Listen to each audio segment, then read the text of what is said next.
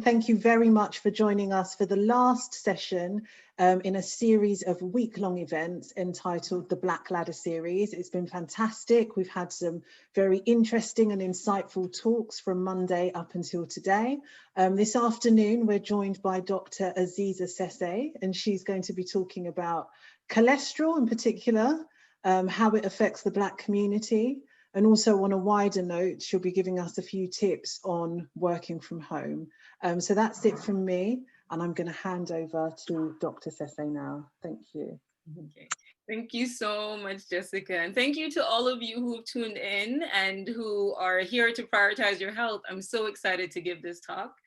I'm really honored to be here. I'm Dr. Aziza Sesay. I'm an NHSGP. I'm also the founder of a show or session called Talks with Dr. Sesay. So this is a virtual health workshop, which is aimed at the community to educate, empower, and enlighten them about common health conditions to try and prevent them from occurring at all, or at least moderate the progression. So these are done through Zoom, just like these sessions, and they are done every 3 to 4 weeks. They're free, and it's just my way of giving back. So if you're interested, please do join the Talks with Dr. Sesay. I'll discuss that more later. I'm also director of communications of an organization called Black Female Doctors, which is one set to unite, empower Black female doctors because representation matters. Okay, so that's a little bit about me. Just a quick disclaimer. I have to say that this presentation is just to give general health education and information. It's not a substitute for your GP advice. And unfortunately, I can't give any personal medical advice because it's not legal and it wouldn't be safe. So if there's anything that you're concerned about during this presentation, or you feel like, oh, I want to talk to my GP about it, then please, this is the opportunity. This is what I want. I'd like you to discuss any concerns with your GP. There will be time towards the end for some question and answers. If you have any questions, please drop it in the question and answers segment, the box, and then we'll discuss it at the question and answer segment. Okie dokie. So 2020 has seen us have to adapt our working environment. We now have to work from home. We've had to change our lives quite significantly, and it's had quite an impact on our health, from our mental health to our physical health. And it's had, like I said, many implications, but one I want to focus on today is to do with its effect working from home and its effect on our cholesterol levels. And this is something I've seen in a lot of patients. So the levels have gone up over the time period through working from home. And because it's Black History Month, I also want to touch on cholesterol within the Black community. All right, I wanted to say here that I will explain things at a basic level because I believe that in order to understand things better, you need to have the right foundation, right? You know, you can't build a strong home without resilient foundation. So I'm hoping that we'll build knowledge with resilient learning bricks. Okay, so today we'll be discussing what cholesterol is, how it gets raised, who's at risk of having high cholesterol, how it's diagnosed, what the complications are, how high cholesterol is treated, and how it can be prevented in the long term. And like I said, we're going to be discussing it in relation to the Black community as well. And throughout the duration of this talk, we'll be discussing the impact of working from home on the cholesterol. Okay, so I wanted to start off with a quick poll. I'm really curious to know the audience answer to this question. So do you think the cholesterol levels in the Black people in the Black community are high, yes or no? So I'm gonna ask Jessica, please, to launch the poll. And I'm gonna give everyone the opportunity to answer this question. So it's just yes or no. We'll give it about a minute. And then we'll talk through the answer later on. I'm really intrigued to see what you all think. Okay, so what is cholesterol? Cholesterol is a type of fat that circulates around the body. Now, a lot of the times when we say cholesterol, the immediate thoughts are, oh, it's bad, we need to avoid it, negative. But actually, cholesterol is very important for the normal functioning of the body. It makes cell walls, various hormones, vitamin D, and bile. It's so important with the normal body processing, from our immune system to our reproductive system. And yes, it's actually very, very essential. So we get some of it from our diet, but a lot of it is made by our liver. So cholesterol is water insoluble. So that means that it needs to be transported through the blood within particles known as lipoproteins. So we have many of these in the body, about a handful of them. But the two main types that I want to discuss are your LDL, so your low density lipoprotein. So when it's combined with cholesterol, it's called LDL cholesterol, which is known as bad cholesterol. And your HDL, your high density lipoprotein, when it's combined with cholesterol, it's known as HDL cholesterol. And that's known as your good cholesterol. So I said earlier that we get cholesterol from our diet and from our liver. Now, LDL carries that cholesterol that we have made and from our food all throughout the body. And so it's used for the body processing, the functioning that's required. But LDL cholesterol also deposits onto our blood vessel walls. So our blood vessels are the tubes that carry the bloods. Now I want you to imagine those two lines that I've just shown are the inner aspect of your blood vessel walls.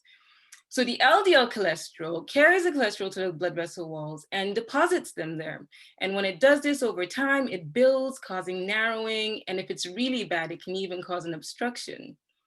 HDL cholesterol is good because it carries that excess cholesterol from the blood vessel wall away and back to the liver, where it's recycled and disposed of.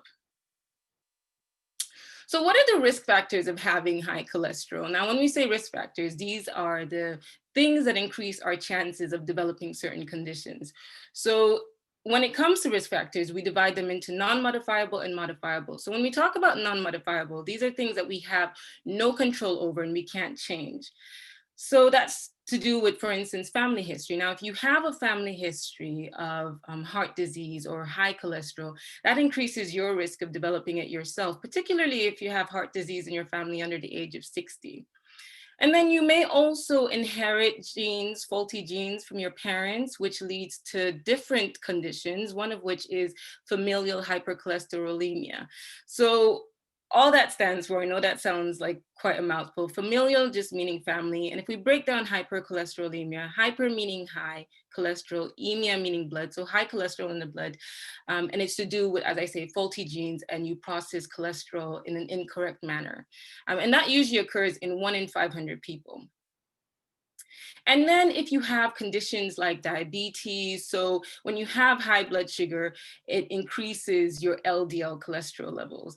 And then metabolic syndrome, which is a combination of conditions which include high blood pressure, high blood sugar, obesity, high cholesterol. And then if you have hypothyroidism, so this is where you don't produce enough of the thyroid hormone, which is important for the thyroid functioning. And if you're not producing enough thyroid hormone, then you don't get rid of the LDL cholesterol as well, so the levels go up. Unfortunately, as with everything, as you get older, things slow down. We're not as good again of getting rid of LDL cholesterol, so the levels go up.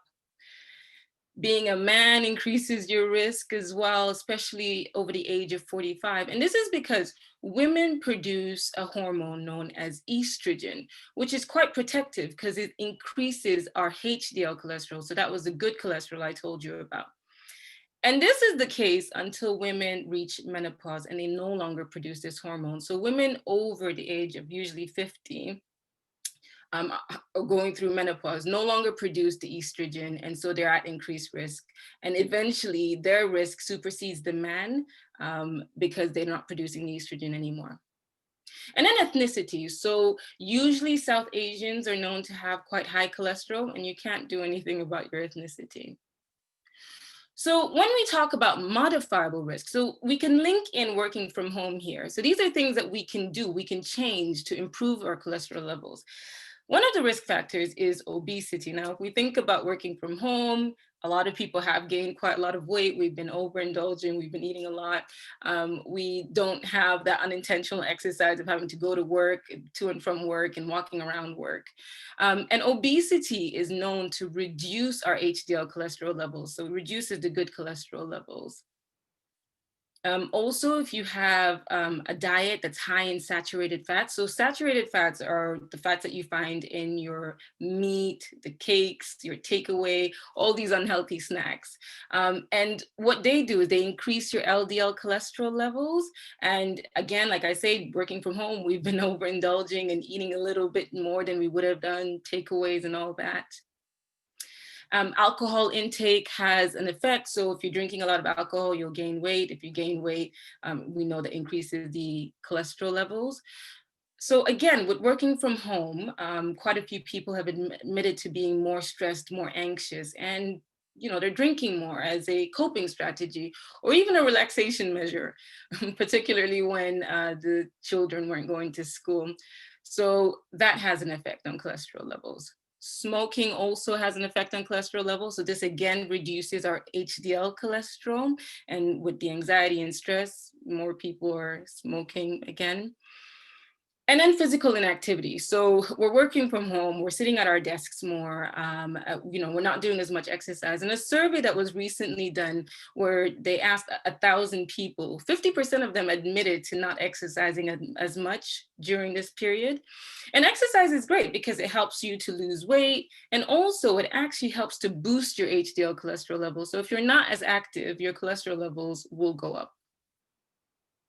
And then there's certain types of medications that patients may be on that would increase the cholesterol level. So these are things like the combined pill or steroids, certain types of medications to do with blood pressure. They're called thiazide diuretics. And also stress. Now, stress is not a definitive risk factor, but it does play a part overall. So as I said, more people are feeling stressed, more people are feeling anxious. This working from home thing is new for a lot of people. They've had to adapt to those changes. They may not have had the right workspace in the home. They may have had family around, a lot of distractions. And then there's the uncertainty about what the future holds as well, which is increasing stress. And the social isolation, you don't have that social interaction from going to the office and meeting people. Stress is known. So what our body does when we're stressed is it releases certain hormones, our adrenaline and cortisol, and those increase our overall cholesterol level. And putting all that into context, again, we're stressed. So we're going to eat more, we're going to drink more, we're going to smoke more. The cholesterol level goes up. So what are the symptoms of having high cholesterol? Now, this is really important to remember. There are no symptoms with high cholesterol. So what's scary is that the damage is happening within the body insidiously. You have no idea that's happening because you're not getting any symptoms. And when you do have symptoms, it's usually symptoms of the complications of having high cholesterol, which I'll discuss in a minute. Now, you may have certain clues in your body that could indicate that you potentially have high cholesterol. So one of which is this premature corneal arcus or arcus senilis, which basically is where you have cholesterol depositing in the cornea of the eye. And this is common over the age of 50. But if you're under the age of 50 and you have this sign, then you should go see your doctors to get your bloods done because it could be an indication that your cholesterol is high. And then there's something called tendon xanthoma. So your tendons are the tissues that attach your muscle to bone. So around your tendons, so the ones on your knuckles or your Achilles tendon, the one that's just on your lower foot, you may find that you're having fatty deposits there, and that's a sign of high cholesterol. And then you have xanthelasma, which basically is just fatty deposits around your eyelids, like you can see in the picture. Okay, so this is a perfect segue to discuss NHS health checks. So in the UK, you'll be invited for a free NHS health check between the ages of 40 and 74 every 5 years, as long as you don't have any pre-existing conditions. And this is to check these conditions. So, to diagnose diabetes, heart disease, kidney disease, stroke, and dementia, high cholesterol early, so as to reduce the risks of the complications in the long run. And actually, quite a few patients, this is the time when they're usually diagnosed with the diseases. So I implore you to please, when you get your invitations, please attend, because it could literally save your life. However, in between, if you're concerned, you can contact your GP and get checked otherwise. So how do we diagnose high cholesterol? It's a simple, quick blood test. So what they do is they check your lipid profile. So when we say lipid profile, it's basically the overall of your cholesterol. So they check your total cholesterol level, your HDL cholesterol, your LDL cholesterol, and then they check the ratio between your total cholesterol and your HDL. You want that to be low. Another type of fat known as triglycerides. So these ones, again, you get from your food and also made from your liver. And they are also linked with what we say cardiovascular risk factors, so heart and blood vessel disease. I have put numbers on the screen, and the reason I've done that is just so you could sort of see what the average is, but for different people, it may vary. If you want to discuss this further, let me know in the question and answer segment. All right, so what are the complications of having persistently high cholesterol levels? Now, one of the complications is something called atherosclerosis. I'm gonna break this down. Athero is just short for atheroma, which is a gruel-like sticky substance made up of fat that deposits on the artery wall. So arteries are your blood vessels that carry blood away from the heart to the rest of the body. And when that happens, it makes the walls thicker and hardened. And that's all sclerosis means. So atherosclerosis is disease of the arteries characterized by fatty deposits on its walls. Now I wanted to illustrate this to you so you can visualize what it would look like. So imagine what I'm showing you right now is an artery that we've cut in half and we're looking directly into it. Now, if you look at the screen, you can see that the inner wall is nice and smooth. The hole in which the blood would be flowing through is quite wide. So when you have hypertension, which is high blood pressure, diabetes, smoking, or alcohol, these sort of things can cause damage to the blood vessel wall. So you can see here that there's a little tear to the blood vessel wall. And that makes it more likely for fat. So this yellow area that you can see, that's fat starting to deposit. And over time, this builds up until, as you can see, it narrows the blood vessel. And that way it narrows the amount of blood flow past that area. And when things get really bad, you can get a complete blockage, and so it blocks the blood supply past that area. And if that happens to the blood vessels in the brain, that's when strokes happen. If it happens in the heart, that's where you get heart attacks. In the kidneys, you get kidney failure. In the male organs, erectile dysfunction. And if it happens in the legs, that's where you get peripheral arterial disease. So that's just where the arteries that are far away along the legs get damaged, and you get reduced blood supply to the muscles in the legs. So you get aches and pains when you're walking, or if it's really bad, you may even get at rest. So another complication could be that you can get fatty deposits in different areas. So you can get it in the liver or the pancreas. So if it happens in the liver, I wanted to show you what it would look like. So this is what a healthy liver looks like on your left-hand side. Nice and smooth, and the color is different. But when you have fatty deposits on the liver itself, this is where you get the changes that you can see. And if you have a lot of fat, particularly in your tummy area, then you'll have more fat depositing on the liver, which will affect the way that it works. And the liver is one of the most important organs in the body. Okay, I said that I was going to talk about cholesterol in the Black community. This is where, Jessica, if it's okay, would you mind launching the results of the poll so I could see what everyone thought in the beginning? Thank you so much. Thank you. Okay, so this is interesting. 88% of you thought that the cholesterol levels in the Black community are high. Now, I'll go into that in a second, okay? Because that's the same thing I thought as well originally. So African and Caribbean people have a much higher risk of having hypertension, stroke, and type 2 diabetes. Now that's according to the British Heart Foundation. And there's a suspicion that it's because of socioeconomic factors, genetic factors, lifestyle factors, which play a role in this.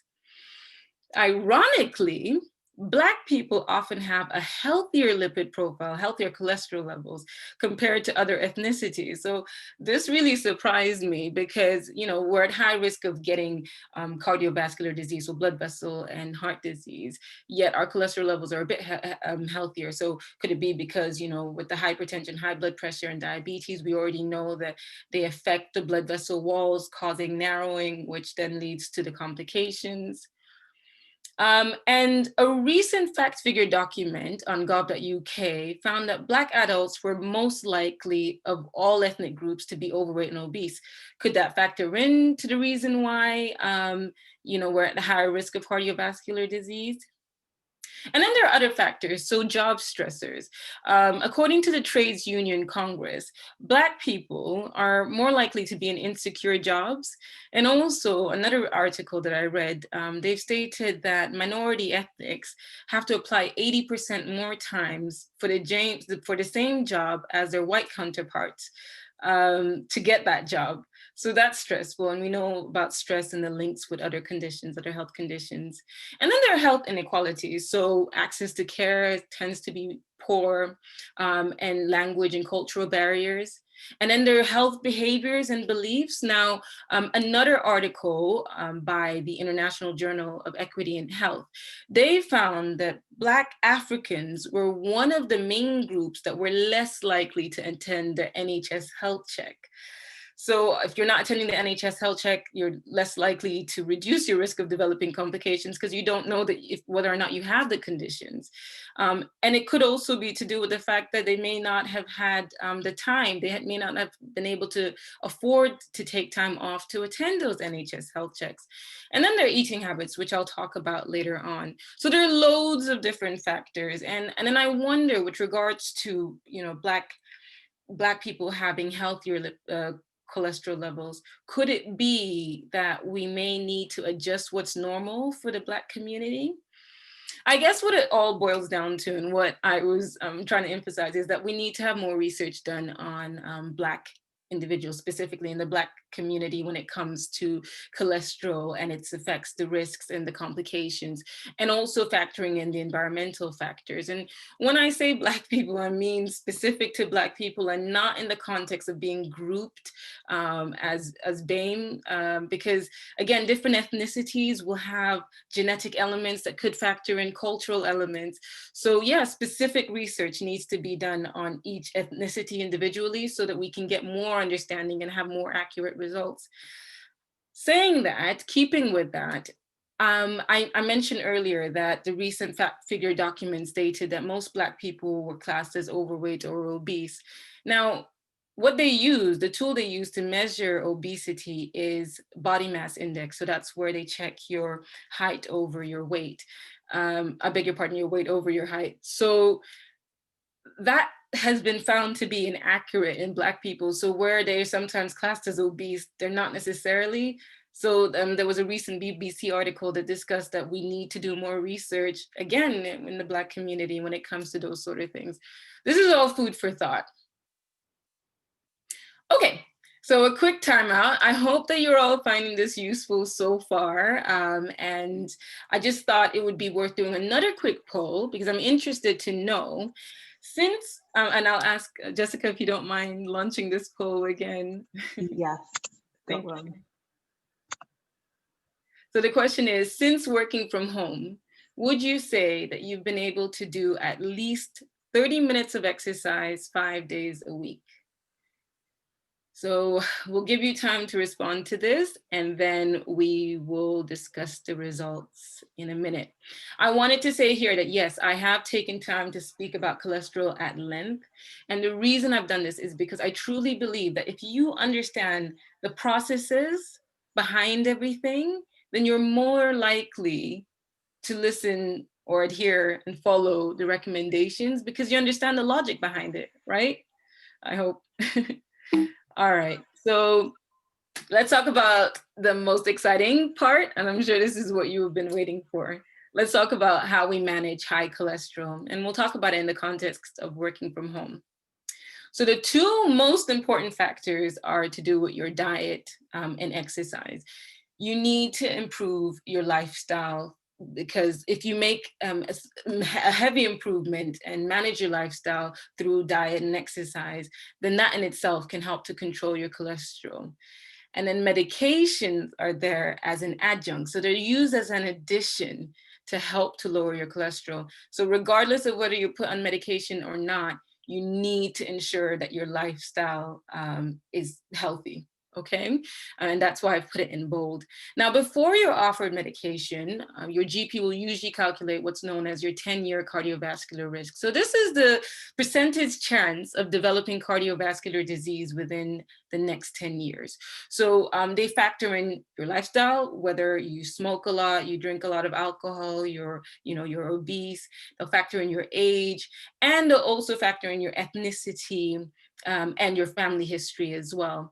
So if your cardiovascular risk, 10-year cardiovascular risk is more than 10%, then your class is moderate risk, as having moderate risk. And if you're more than 20%, then your class is having high risk. Now, if you're classed as more than 10%, that's when you would be offered the medication. And it would be important to consider taking it definitely at that point.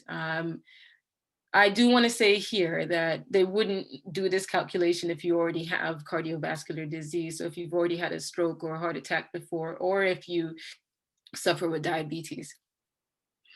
Okay, let's talk about diet. Now, when I say diet, I don't mean go on a diet. Forget about all those fatty diets. It is literally all about eating healthily and keeping a balanced diet. So have regular meals. So when you were working from home, I think we don't have that sort of schedule. And so we're kind of eating at mixed times. But if we set times for when we're going to eat and ensure that we're eating during those times and more regularly, smaller portions regularly, then the likelihood of us snacking is less, right? Also, swap your saturated fats. So these are things like the fat that we find in meat, coconut oil, palm oil, bacon, sausages, butter, cheese, cakes, all these things. Swap those for the healthier, the good fats. So these include olives, avocado, nuts, olive oil, fatty fish like tuna, salmon, and those sort of things, because they're thought to have less LDL cholesterol. Now, the recommendation is that with regards to saturated fat intake, it shouldn't take up more than 6% of your daily calorie intake. So what that means is you shouldn't have more than 20 grams if you're a woman and 30 grams if you're a man. And to put that into context, 20 grams is equivalent to 2.5 tablespoons of butter or 4 sausages. So if you've already had that in your day, then you've had the total amount that you need as a woman. So it's something to really think about. And then the total fat intake should be less than 20 to 35% of your daily calorie intake. So other tips to give you is have high fiber and whole grain foods. So these are things like your oats, your porridges, and your brown things. So your brown rice and sweet potatoes, that sort of thing. But just be careful with how you cook them, because yes, they're filled with nutrients and minerals that you need. But if you're going to deep fry them or drench them in oil, then you completely lose the objective, right? Another great thing about fiber and whole grain foods is they do keep you feeling fuller for longer. So hopefully you'll snack less. And then make sure that you're having at least 5 portions of fruits and vegetables throughout the day. Now, when I talk about fruits, make sure you vary the fruits that you have. So for instance, there are some fruits that have more sugar than others. Bananas and pineapple have a lot of sugar, and grapes. So monitor the portions of those that you have, and like I say, vary it.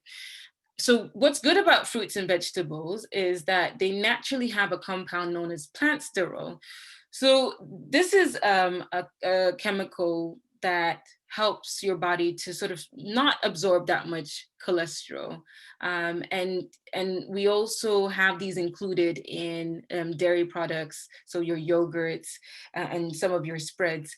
And it's said that if you have 2 grams of plant sterol, it will help to reduce your overall LDL cholesterol level, so your bad cholesterol, by 10%. Have more meat-free meals. So instead of having meat, you can change it up and swap them for lentils and the legumes. So your fava beans, black-eyed peas, all these things, because you reduce your cholesterol levels in that way. And have at least 2 servings of oily fish per week, because these have your good cholesterol, your omega-3. So your salmon, your tuna instead. And make sure that you drink plenty of fluids. So our body is, predominantly made of water, and we need to replenish it as much as possible. But I just want to say here that be careful with the type of fluids that you're drinking. So if you're going to have loads of juice and fruit smoothies, they have a lot of sugar in, and the recommendation is you shouldn't have more than 150 milliliters of that a day, so about a cup a day. Otherwise, you're going to have too much sugar, which makes you gain weight, which increases your cholesterol level in the long run. I wanted to quickly show you this visual representation of the Eat Well guide. So this is the government's guidelines of what proportion of food you should have in a day. And not to dwell too much into it, but you can see already the majority is made up of the fruits and vegetables and then the whole grain foods. And then in the protein area, it's mostly your lentils and your fish, dairy products. Choose the low fat variety, but be careful with choosing low fat, because actually sometimes they put a lot of sugar in to make up for the taste. And then choose your vegetable oil spreads instead.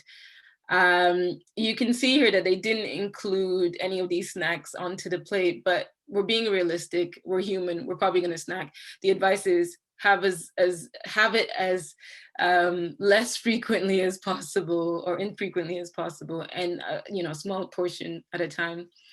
And then just quickly about food labels. These are really good. They have this traffic light system, which basically tells you the amount of certain food groups inside the food that you're trying to buy. So for instance, if it's the fat portion of it is green, that means that, okay, the amount in this isn't that much, so you're okay for the rest of the day. But if it's red, it means, ooh, there's a lot of fat in this. You need to be careful with the rest of the food that you have throughout the day. All right, other tips: reduce your salt intake. The recommendation is not to have more than 6 grams of salt a day. And you shouldn't have more than 30 grams of sugar a day. So 30 grams of sugar is equivalent to 7 cubes of sugar. So it's not actually that much that you're allowed in a day. And then cook your own food. I know this isn't as easy. We lead really, really busy lives. But if you cook your own food, then you know exactly what you've put in it. You know how much salt, how much sugar, how much oil. Meal prep is really good. So you can cook things in bulk and put it in the freezer, or you could, chop your vegetables early and put them in the freezer so they're ready to go. And please cut down on processed food and takeaway food, because they are literally filled with the saturated fats that aren't good for you in the long run. And have a food diary. So like I said, working from home, we're not really, keeping tabs on what we're eating and how much of what we're eating. So a food diary is good because it gives you an indication of what you're eating. And sometimes it is really eye-opening. So it can be as basic as this, you put the days of the week and you write down everything that you're eating, including what you're drinking as well. And then this will give you an idea of what you could change to help, improve your diet. And then reduce the amount of alcohol you have. The recommendation is you shouldn't have more than 14 units per week for men and women. And you should spread it over the course of the week. And you need to try and have at least 2 alcohol-free days. And then stop smoking. Smoking is just overall bad. On average, they say smokers' life expectancy is reduced by between 10 and 15 years in comparison to non-smokers. And if you stop smoking, you can actually halve your risk of cardiovascular disease by within a year of stopping smoking. So if you do smoke, then please stop. I implore you, it will make such a big difference and it could save your life. Okay, so specific tips for the Black community, what we can do to improve our diets. Now, many staple foods in the African and Caribbean diet they're quite good. So there's loads of leafy greens in our diet. I'm originally Sierra Leonean, so that's in West Africa. And a lot of our stews actually are made up of, spinach, cassava leaves, and all of that. And they're quite healthy, and we do have loads of fruits. Now, the issue is in the way that the foods are actually cooked. So as I say, the stews that I mentioned, usually they're cooked with palm oil, which is filled with LDL cholesterol. And a lot of the times there's a lot of salt, and we do usually consume high fat foods. So it's all about trying to adjust our diets or the way that we cook things and what we eat. That could make a difference. And also portion sizes play a big part. So again, in our household, we do have rice in our diet quite a lot, and the portions of rice can be quite significant. So just, reducing the portions can help. So small tips include, instead of using salt, you could use herbs, spices, ginger, chili, citrus juice. Instead of having salt fish or salt bacon or pork, have fresh fish and lean meat, and make sure you cut out the fat in the meat as well. Instead of frying the chicken, you can grill or bake the chicken.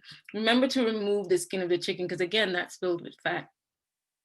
And instead of fried fruit fritters, so the banana fritters that we have, or the puff, those sort of things, we can grill them instead, or like plantain, instead of frying the plantain, we can grill them or boil them. Or now people have air fryers, again, that you don't need oil for that. Okay, exercise, my favorite part. So exercise is great because it helps to give you more energy. It releases endorphins, which is your happy hormone. So it acts as a stress reliever, which is what we all need at this current time. It's great as well because it helps you to lose weight, and we want to lose weight predominantly in the tummy area, as I said. And it also boosts our HDL cholesterol levels, so our good cholesterol. So the aim is to be physically active every day, right? Try and move as much as possible. Now, part of the issue with working from home, again, is that you're at home, you're gonna be sitting at your desk for long. It may be worth getting a pedometer, or you can even use your phone. And the reason I say this is because even me, I got one earlier on, and it really highlighted to me how little I was walking or moving about whilst I was at work, because I'm constantly sitting at my desk. So it was sort of an eye opener of, okay, I need to move more. And it's worth just noting how much you are moving through the day. So the recommendation is that you need to do at least 150 minutes of moderate intensity activity a week. So these are exercises that get your heart racing, that makes you slightly breathless, and they include brisk walking or riding a bike, that sort of thing. And the way you could divide your time is by doing 30 minutes 5 days a week. And that's why I asked the question. Jessica, would you mind launching the results so we could see how we're doing? Okay, so this is, it's good. It's better than I thought, and it goes with the survey actually that had been going around, where they checked 1,000 people, and they admitted that 50%, so pretty much the same stats, 50% weren't doing as much exercise. So I'm hoping that this talk will get us all back into action again. Okay, that's great. Thank you all for doing and participating in that. That's great. Okay, so the other way, again, the other recommendation is either you do 150 of moderate intensity exercise, or you do 75 minutes of vigorous intensity exercise. So these are ones that get you breathing really, really fast, and you'd be difficult to say a few words without needing to catch your breath. So that's running, skipping, swimming, multiple lengths. And you can divide that into 20 minutes of that activity 4 days a week. And then the recommendation for everyone is you should do muscle strengthening exercises at least 2 days a week. And these are great because they help to strengthen your muscle, they help with aches and pains, and they help with your bones as well. And they include basic things like yoga, Pilates, weightlifting. You don't have to lift weights. It could even just be, grabbing your grocery bags, gardening outside, picking up your children, those sort of things, just something to strengthen your muscles. And you need to try and do those activities at least twice a week. And usually with yoga and Pilates, those sort of things, they're relaxing. So hopefully they can help with the stress and anxiety. So my advice to you is please start slowly, listen to your body, and seek advice from your GP first, just to make sure that you're absolutely fine to do these exercises, because you don't want to cause more harm than good. Okay, a brief touch on medication. Now, as I said earlier, you need to remember that medications are not a substitute for leading a healthy lifestyle. It's worth knowing the name of the medication that you're taking, because they could interact with other medications. And also it's worth knowing side effects that you may experience. And with most medications, once you start them, you will experience some, intolerance, and after time, your body gets used to it and you're fine. But if you do find it really difficult to tolerate the side effects, then mention it to your GP and they can give you an alternative. Please don't stop your medication without telling your GP, because that could be more detrimental. Okay, so the first medication that they prescribe to lower cholesterol are statins. Now, genuinely, whenever I mention statins to any patient, the first reaction is no, and they run the other direction. It has a really bad rep. But let's talk about how they work. So what they do is they block the action of a certain enzyme that's used to make cholesterol. And the aim of statins is to reduce the cholesterol levels by 40%. And we have many different brand names. If you've heard of family, or if you're on statins yourself, there's atorvastatin, simvastatin, pravastatin. Now, the shortfall of statins is it can cause liver damage. So before you start taking them, your GP would have to make sure that your liver is already functioning fine, and they'll keep checking to make sure that your liver continues to function fine and it doesn't cause the damage to the liver. It can also cause muscle damage. So again, if you're getting really bad aches and pains with the statins, you should tell your doctor so they can do a blood test to make sure it's not causing the muscle damage. And again, it interferes with a lot of medications. So antibiotics, usually you have to stop the statins whilst you're taking the antibiotics. So yeah, I know I've mentioned shortfalls, but this is the case with medications sometimes.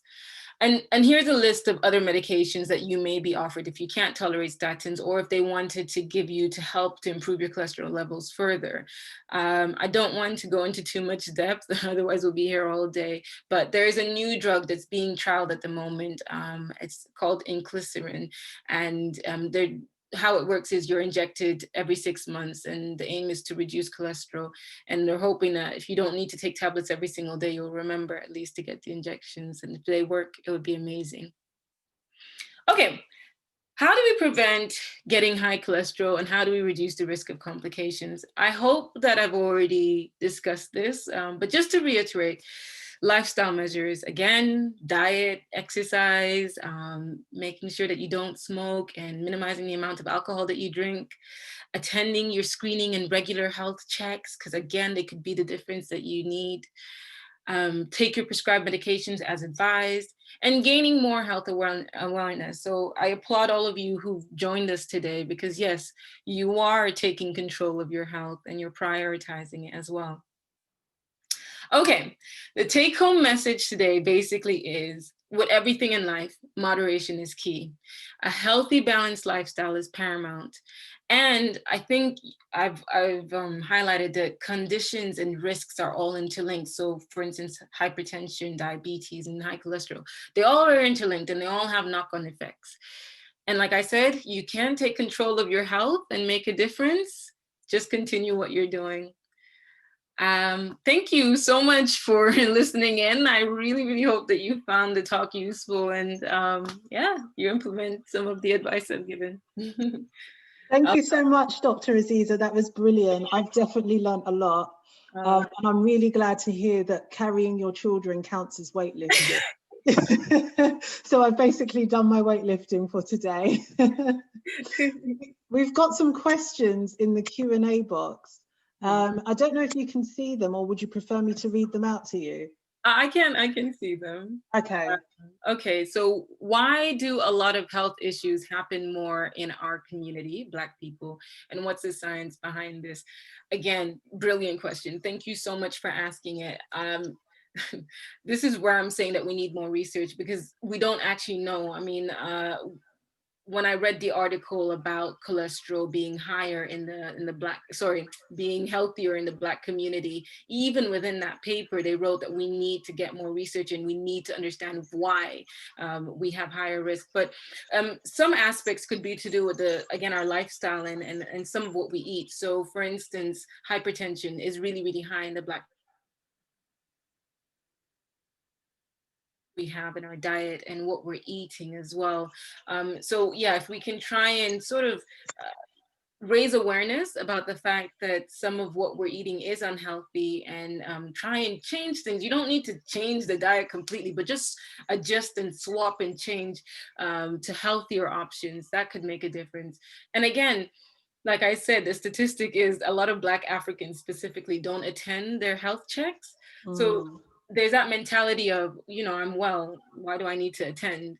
Well, even though you're well, like I said, like I said, even if you're well, yeah, you may actually have things happening insidiously. Like you have no idea that they're happening. And until you get these health checks done, that's when they're found. Because a lot of hypertension doesn't have any symptoms.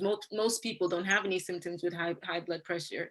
And then they die of strokes without realizing they had high blood pressure all that time. The same with cholesterol. And even diabetes. Some people don't have symptoms for diabetes. So yeah, I hope that answers your question. That was really helpful, actually. And it's so sad that people miss the opportunity of going to the NHS health check. It's free. And being in this country as well, I mean, we've got the opportunity of having access to free healthcare and free health checks. So I think we definitely need to take more advantage of it. 100%. What age would you say, and how regular should people go for these health checks? Okay, so the NHS health check, they invite you from the age of 40 to 74, and you're invited every 5 years if everything is normal.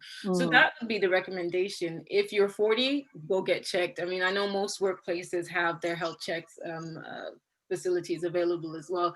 But I'm not saying that you don't need to go up to the age of 40. If you feel like you have symptoms, or you have a family history of high blood pressure at a younger age, or, you know, heart attacks and strokes and those sort of things, then absolutely go and speak to your GP about your concern. It's a quick blood check, a blood test, and a quick blood pressure check. It doesn't take much. You just need to tell your GP, just see them. And we're here. Yeah. We're here to help. It's so true. We've got another question here from Bianca as well. I don't know if you can see the question. Yeah, so is it fats that is associated with high cholesterol, or is it other things that are associated with high cholesterol? So cholesterol is a type of fat. So yes, it is to do with, you know, what we're eating. Absolutely. So I hope that answers that part. What foods or things can we do to lower it? If it's there, can it disappear or just lower? So I'm hoping that, you know, some of the tips that I explained in the presentation. So with regard to diet, make sure that you swap the saturated fat. So instead of having meat, make sure you have or your oily fishes, or swap your meat for lentils and fava beans, black-eyed peas, that sort of thing, because they have a lot of saturated fat. Try and reduce the amount of cakes and those sort of treats as well, because they're just really high in your LDL cholesterol, so the bad cholesterol that I spoke to you about. And that in itself, just changing your diet can help to it can help to change things for you. It can help to lower your cholesterol level, as well as exercising as well. So Heart UK, I'm just going to show you a leaflet. I don't know if you can see, but Heart UK, which they're also available online, they have amazing leaflets on different advice on foods that you can try out, and exercises as well. And they explain things, again, at a really good length. They have loads of different leaflets, and usually you can get them from your GP surgery, but they explain things at a very, very basic level for patients to understand. So that's another option. Fantastic. Thank you so much for that. And Bianca's also asked, I can answer this one. Can you send this PowerPoint? That is a good point, because we do need to revisit it and remember what Aziza said today, what Dr. Aziza has said today, and the advice she's given us. But we are recording this session, so it will be available on YouTube for you to view and also for you to share. So that, I think that would be a really helpful resource. Okay, on to the next one from Zainab. Okay, this is a really good question, and I was waiting for this. So how effective are statins? Like I said, statins have a really bad rep. But the truth is, statins actually have been found. So there was a Nottingham University study that was done last year, and they found that 50% of people who take statins over 2 years, it didn't really help them. So 50% of people.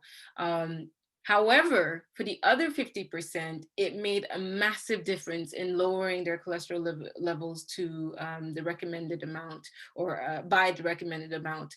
And it changed their lives. It reduced their cardiovascular risk factors immensely. I know saying that makes you think, well, what's the point if it's 50-50? But that's the thing. If it's 50-50, you have the 50% chance of changing your life and saving your life if you take the medication. Now, the study, they believe that there may be factors like there may be people who were in the study who weren't actually taking the medications the way that they were supposed to, and the GPs were none the wiser, or they weren't taking them at all. So that could play a part. And again, the lifestyle. So some people think that because they're taking medication, they don't need to be healthy. But like I said, lifestyle factors are so much more important in controlling your cholesterol levels, as well as taking the medication at the same time. Otherwise, what I always said, my analogy is always the same. Imagine that you have a wound and you've covered it in plaster. So medication is the plaster. But if you're constantly rubbing against that plaster, eventually you open up the wound and you start bleeding again. So that's where you need to be careful. And with that mentality that, oh, medications will cure me, no, you need to also do the work to cure yourself. Awesome, thank you so much for that. And just to add as well to my last comment, the recording will be on the South Westminster BIDs YouTube, so look out for the South Westminster BIDs YouTube. We've got another question from Abbas. This is in the chat section. Abbas has asked, how many years of abuse does it take for a normal liver to become the fatty liver that you showed in the picture earlier? Okay, really good question. Thank you so much for asking that. That is a difficult one to answer, because how long is a piece of string? To be completely honest, it is all to do with your own genetic factors. So some people, they could be abusing their liver with excessive alcohol and eating really badly, but they're lucky that actually it doesn't cause as much damage to them. Whereas other people, again, because of their genetics and stress can play part, their livers will be even worse. So it's very, very difficult for me to quantify. The only advice that I would say is try not to get there. So basically be healthy, try to stay healthy from a young age, because it all starts now. I think the other mentality is so many people feel, well, I'll worry about it when I'm older. No, you've already done the damage, and it's really hard then to fix things. If you start now, then you won't have to worry about it then, and then hopefully you live longer and healthier, because that's all we want, right? Exactly, that is what we want. We've got another really good question before we round up. What are the chances of developing a high cholesterol on a vegan diet? So I know a lot of people are transferring over to being vegan now. Yeah. What are the chances of developing a high cholesterol on a vegan diet? Okay, great question. Really great question. It will depend on how you cook your food again. So if you're having loads of fried vegan varieties or deep fried vegan varieties, and I don't know if you're overindulging again with those unhealthy snacks on top, depending, because I know that there are vegan biscuits available and vegan cakes and that sort of thing. If you're overindulging on those, again, it will increase the risk. So you just need to be wise about how you cook your food and how much of those type of foods that you eat. It's all about being healthy. Your risk would probably be lower in comparison, obviously, to people who are non-vegan, but it's still a risk. And it's a good question, and it's good to think about as well. Definitely. And we've got another question. It's quite a good one. Can 30-year-olds have a health check?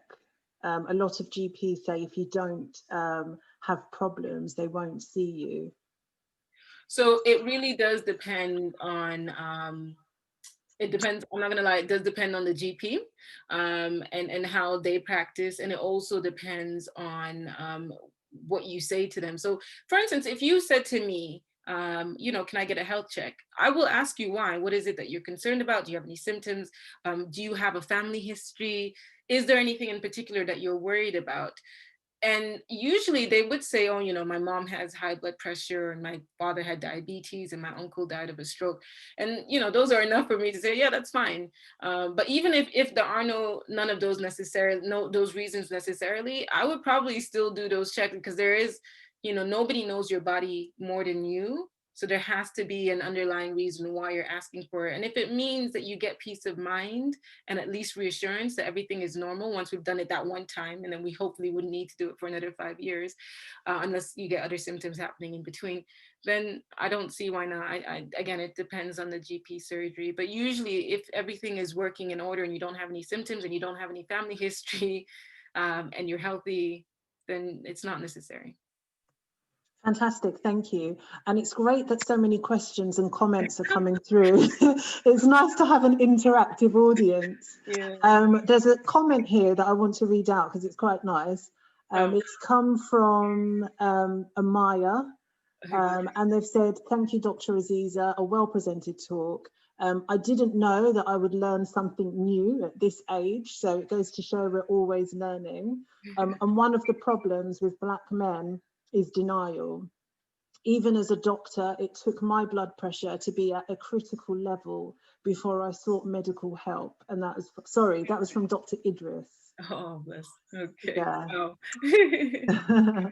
So it's true. I think a lot of us are in denial and we don't go and seek the help that we need until it's at a critical stage.